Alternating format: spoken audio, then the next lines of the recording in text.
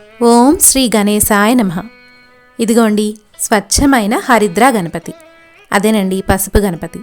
ఇందులో ఎలాంటి పిండి పదార్థాలు కూడా యూజ్ చేయలేదండి.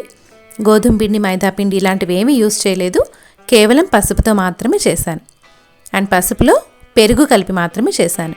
పెరుగు కూడా పంచామృతాల్లో ఒకటి కదా, సో అది కూడా పవిత్రమైనదే. అండ్ ఇది చేయడానికి కూడా ఎక్కువ టైం పట్టదండి, జస్ట్ ఒక హాఫ్ అన్ అవర్లో అయిపోతుంది. మరి స్వచ్ఛమైన ఈ పసుపు గణపతిని ఇంట్లోనే ఈజీగా ఎలా తయారు చేసుకోవాలో ఇప్పుడు చూద్దామా.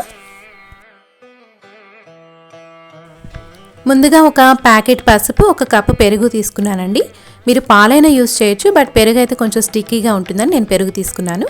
నేను పూర్తి ప్యాకెట్ కూడా యూజ్ చేయలేదండి, జస్ట్ ఒక హాఫ్ ప్యాకెట్తో చేశాను. మనకేంటంటే హాఫ్ ప్యాకెట్ యూజ్ చేస్తే ఒక చిన్న అరచెయ్యి సైజ్ అంత గణపతి వస్తుందన్నమాట. అలా కాకుండా ఇంకొంచెం పెద్దది కావాలి అనుకుంటే మీరు మొత్తం ప్యాకెట్ యూజ్ చేసుకోవచ్చు. ముందుగా పెరుగుని నీళ్లు పోయకుండా బాగా చిలికి పెట్టుకోండి. ఆ చిలికిన పెరుగుని కొద్దిగా పసుపులో వేసుకుంటూ ముద్దగా చేసుకోండి. ఈ పసుపు ముద్ద ఎలా రావాలి అంటే మరీ గట్టిగా ఉండకుండా, మరీ లూజ్గా ఉండకుండా మీడియంగా ఉండేట్టుగా కలుపుకోండి. చూసారుగా, ఇలా ఉండాలండి ముద్ద. ఇప్పుడు ఈ పసుపు ముద్దని ఒక ఆకు మీదకి తీసుకోండి. అంటే మనం గణపతి పూజ చేసేటప్పుడు ఒక ప్లేట్లో బియ్యం పోసి బియ్యం మీద ఆకు వేసి గణపతిని పెడతాం కదా, ఏ ఆకు మీద పెట్టాలనుకుంటున్నారో ఆ ఆకుని తీసుకోండి. కొంచెం పెద్దగా ఉంటే బాగుంటుంది, లేదా పెద్ద తమలపాకైనా పర్లేదు. అంటే గణపతిని చేసిన తర్వాత మళ్ళీ అటు ఇటు కదిలిచ్చి విడిపోకుండా ఉండడం కోసం ముందుగా ఆకు మీద పెట్టుకోండి. తర్వాత ఈ పసుపు ముద్దని 12 భాగాలుగా చేసుకోండి. 4 కొంచెం పెద్దగా ఉండేవి, మిగతావన్నీ కొద్ది మీడియం సైజు చిన్నగా చేసుకోండి. పెద్దవి ఎందుకంటే ఒకటి బేస్కి, ఒకటి పొట్ట భాగానికి, పొట్ట కొంచెం పెద్దగా ఉంటుంది కదా వినాయకుడికి, ఒకటి తలకి, ఇంకొకటి చెస్ట్కి. ఇవి 4 పెద్దవన్నమాట. ఇంకొకటి తొండానికి మీడియం సైజు, తర్వాత 2 చేతులకి, 2 చెవులు, 2 కాళ్ళు, అండ్ ఒకటి కిరీటానికండి. ఈ కిరీటానికి తీసుకున్న దాంట్లోనే మనం దంతాలకి కూడా అడ్జస్ట్ చేయొచ్చండి, సరిపోతుంది. అండ్ ఒక చిన్న ఎలుకకి కూడా వీటిలోనే మనం అడ్జస్ట్ చేయొచ్చు, మొత్తానికి సరిపోతాయి.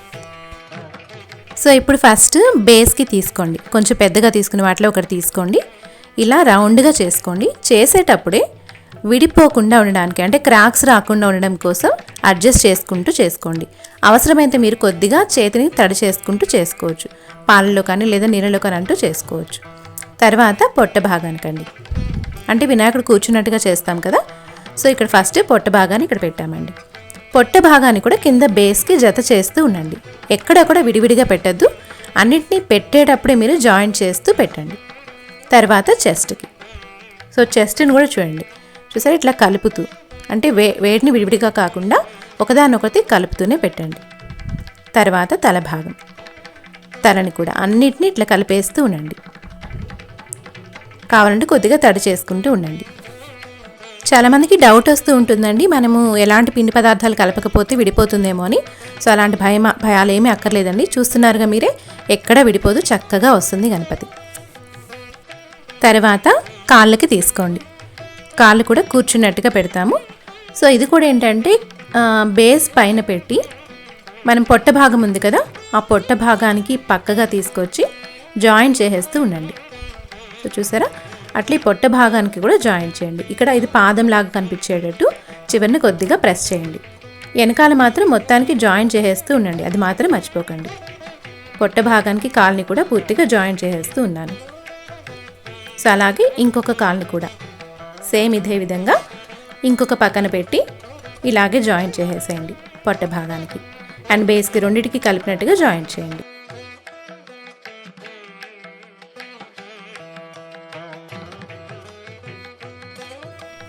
రెండు కాళ్ళు పెట్టిన తర్వాత వెనక నుంచి ఒక్కసారిగా అడ్జస్ట్ చేయండి. మొత్తాన్ని కలుపుతూ ఒకసారి పైనుంచి కింద దాకా స్టిక్ చేస్తున్నట్టుగా మొత్తాన్ని అడ్జస్ట్ చేసుకోండి ఒకసారి. ఇలా ఇప్పుడు గణపతి కూర్చున్న షేప్ అయితే వచ్చిందండి. తర్వాత మనము చేతులు, చెవులు ఇవన్నీ పెడితే చక్కటి గణపతి రెడీ అయిపోయినట్టే. తర్వాత చేతుల భాగం తీసుకోండి. ఒక చెయ్యి ఏంటంటే అభయ ముద్రలో ఉండాలి, కుడి చెయ్యి. రెండో చెయ్యి, ఎడమ చెయ్యి ఏంటంటే ఉండ్రాలు పట్టుకున్నట్టుగా, లడ్డూలు పట్టుకున్నట్టుగా ఉంటుంది కదా, అలా ఉండాలన్నమాట. సో ఇప్పుడు కుడి చేతిని పెడుతున్నానండి. ఇది అభయ ముద్రలాగా రావడం కోసం లాస్ట్ ఎడ్జ్లో కొంచెం పైకనండి, ఇలా ప్రెస్ చేసినట్టుగా పైకనండి, అభయహస్తం లాగా. సో ఈ చేతిని ఏంటంటే చెస్ట్కి, పొట్టకి రెండిటికి జాయింట్ చేస్తూ పెట్టండి. మొత్తాన్ని కలిపేసేయండి. వెనక భాగం నుంచి ముందుకి చెస్ట్ పొట్ట మొత్తాన్ని కలుపుతూ కుడి చేతిని పెట్టండి. తర్వాత ఇదే విధంగా ఎడమ చేతిని. నాకు అది కొంచెం పెద్దది అవుతుంది అనిపించిందండి, అందుకని ఒక పార్ట్లోనే రెండింటిని అడ్జస్ట్ చేశాను. సో ఇది కూడా అంతే అండి. లాస్ట్లో కొద్దిగా ఇందాక పైకి ప్రెస్ చేసాం కదా, ఇప్పుడు కొంచెం లోపలికి అన్నట్టుగా చేత్తో పట్టుకున్నట్టుగా ఉండడం కోసం లోపలికి ప్రెస్ చేయండి. దీన్ని కూడా చెస్ట్కి పొట్ట భాగానికి రెండింటికి జాయిన్ చేసేస్తూ కలపండి.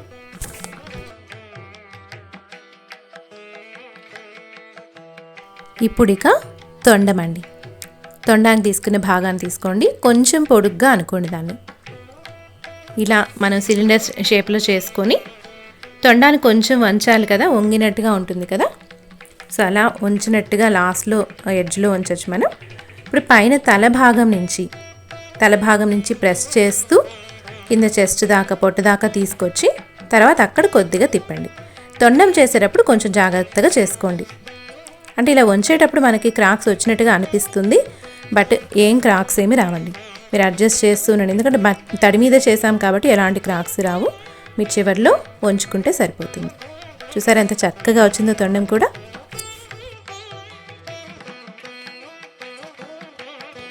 ఈ తొండాన్ని తల భాగంలో పూర్తిగా కలిసిపోయేటట్టుగా పైన కొంచెం బాగా ప్రెస్ చేసేయండి తల దగ్గర.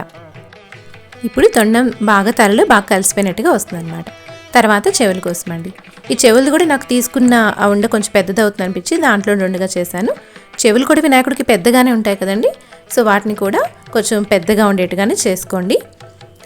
బట్ దీనికంటే అంటే చెస్ట్ వీటన్నిటికంటే మరీ ఎక్కువగా ఉండకుండా చేసుకోండి. సో వీటిని కూడా తల చెస్ట్ రెండింటికి కలిపి అతికించండి. కొంచెం వెడల్పుగా ఉండాలి వినాయకుడి చెవులు. సో చూసారా ఇలా చక్కగా ప్రతి దాన్ని కూడా మనం జాయిన్ చేసేసినట్టుగా కలుపుకుంటూ చేసుకోవాలండి. ఇలా పెద్ద చెవులు, చాటంత చెవులు అంటారు కదా, సో అలా చక్కగా వస్తాయన్నమాట. ఇదే విధంగా ఇంకొక చెవిని కూడా అలాగే పెట్టుకోండి. రెండు చెవులు సైజు సమానంగా ఉండేలా చూసి పెట్టుకోండి. ఇందాకలాగే తలకి చెస్ట్కి కలిపి ఈ చెవిని కూడా అతికిచ్చేయండి. కొంచెం చెవి వెడల్పుగా వచ్చినట్టుగా మనం వెడల్పు చేయండి, చివర్లలో వెడల్పుగా చేసేయండి. ఇవన్నీ పెడుతున్నప్పుడు అండి గణపతి మూర్తి స్ట్రైట్గా వచ్చేట్టుగా వెనక నుంచి అన్నిటిని అడ్జస్ట్ చేసుకుంటూ స్ట్రైట్గా వచ్చిందో లేదో చూసుకుంటూ, లేకపోతే కొంచెం ముందుకు వంచినట్టుగా అనండి. ఇలా చెవులు పెట్టుకున్న తర్వాత మనకి తల భాగం అది క్లియర్గా కనిపించడానికి, ఒక మంచి కళ రావడానికి కిరీటం వీటన్నిటికంటే ముందు నేను కళ్ళు పెడదాం అనుకున్నానండి. సో అలా కళ్ళ కోసం 2 మిరియాల గింజల్ని తీసుకున్నాను. నల్లగా ఉంటాయి కదా, అచ్చం కళ్ళలాగా ఉంటాయని అవి తీసుకున్నాను. సో అక్కడ చూడండి కళ్ళలాగా వాటిని పెట్టేశాను. ఇవి పెట్టిన తర్వాత నిజంగా చాలా జీవకళ వచ్చిందండి గణపతి మూర్తికి. సో ఇవి కళ్ళని పైకి కిందకి లేకుండా 2 పక్కనే ఉండేట్టుగా చూసుకొని సరిగ్గా అడ్జస్ట్ చేసుకోండి. ఇక ఇప్పుడు కిరీటాన్ని పెట్టేద్దామండి. ఈ కిరీటానికి అని తీసుకున్న భాగాన్ని నేనేం చేశానంటే ఒక 3 పార్ట్స్గా సపరేట్ చేశాను. అంటే మొత్తం ఒకటేగా పైకి కిరీటంగా పెడితే కాకుండా పార్ట్స్గా, ఒకటి కొంచెం వెడల్పు, తర్వాత ఇంకొంచెం తక్కువ వెడల్పు, ఇలా పెడితే బాగుంటుంది అని అలా పెట్టాను. సో ఫస్ట్ పార్ట్ని తల మీద కొంచెం వెడల్పుగా ఉండే పార్ట్ తీసుకున్నాను అండి, ఇలా పెట్టాను. సో దీని మీద ఏంటంటే సెకండ్ పార్ట్ని ఇంకొంచెం తక్కువ వెడల్పుగా, అంటే మనకి ఇట్లా గోపురం లాగా వస్తుంది కదా కిరీటం, సో అలా పెట్టానన్నమాట. ఇది ఇంకొంచెం తక్కువ వెడల్పు, తర్వాత మూడోది ఇంకొంచెం చిన్నదిగా చేసుకొని గోపురం లాగా అట్లా పెట్టానన్నమాట. ఇలా పెట్టినప్పుడు చాలా కళ వచ్చిందండి. ఈ 3 భాగాల్ని కూడా ఒకదానితో కలుపుతూ చేయండి. సో ఫస్ట్ భాగాన్ని తలకి కలుపుతూ జాయిన్ చేసేసినట్టుగా చేయండి. తర్వాత రెండో భాగాన్ని ఫస్ట్ భాగానికి, మూడో భాగాన్ని సెకండ్ భాగానికి, ఇలా అన్నిటిని ఒకదానితో కలుపుతూ ఉండండి.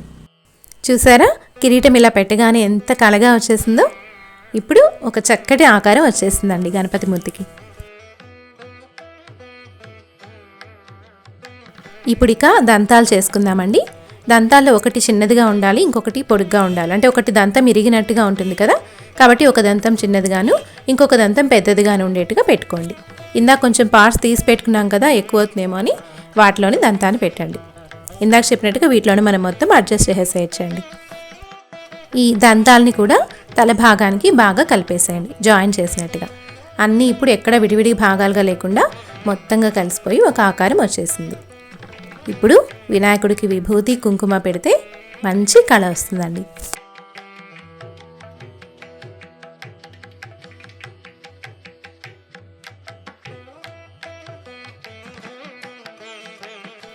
చూసారా ఎంత కళ వచ్చేసిందో విభూతి కుంకుమ పెట్టగానే. ఇప్పుడు ఇక ఎలుకను చేసుకుందామండి. ఆయన వాహనమైన ఎలుక లేకపోతే ఎలా? సో ఎలుకకి ఏంటంటే ఒక చిన్న భాగాన్ని తీసుకొని ముందు వెనుక భాగాలు కొంచెం ప్రెస్ చేసినట్టుగా అనండి, తోక తలలాగా అనమాట. అంతే అండి, చక్కటి గణపతి మూర్తి ఎంత బాగా వచ్చిందో చూడండి. ఇలా గణపతి మూర్తిని చేయడం అయిపోయిన తర్వాత చక్కగా పూలతో అలంకరించానండి. ఈ గణపతి మూర్తిని ఎండలో కానీ బాగా గాలి తగిలే దగ్గర కానీ బాగా ఆరపెట్టండి. మట్టి విగ్రహమైనా పసుపుతో చేసిన గణపతి అయినా ఏదైనా సరే మనం తయారు చేసిన తర్వాత తడి లేకుండా బాగా ఆరబెట్టాలండి. అండ్ ఇందులో మనం పెరుగు యూజ్ చేసాం కదా, సో సరిగ్గా ఆరకపోతే బాగుండదండి. తప్పకుండా ఎండలో ఆరబెట్టండి. మన ఆచారాలు సాంప్రదాయాల్లో ఎక్కడ కూడా పర్యావరణానికి కానీ మనుషులకి కానీ నష్టం కానీ ఇబ్బంది కానీ కలిగించేవేవి ఉండవండి. వాటిని అర్థం చేసుకోలేక కొంతమంది, లేదా కాలం గడిచే కొద్దీ మిడిమిడి జ్ఞానంతో హంగులకి పోయి ఇలా వాటిని అనవసరంగా మనం పాడు చేసాం. కానీ మన ఆచారాలు ఏవి కూడా పర్యావరణానికి మనుషులకి మంచి చేసేవే ఉంటాయండి. మేము లాస్ట్ బిఫోర్ ఇయర్ ఈ హరిద్ర గణపతిని పెట్టి చక్కగా పూజించుకున్నామండి. అండ్ మట్టితో కూడా గణపతి విగ్రహాన్ని ఎలా తయారు చేసుకోవాలో నేను నెక్స్ట్ వీడియోలో చెప్తాను. సో మీరు ఏది వీలైతే అది చేసుకోవచ్చు చక్కగా.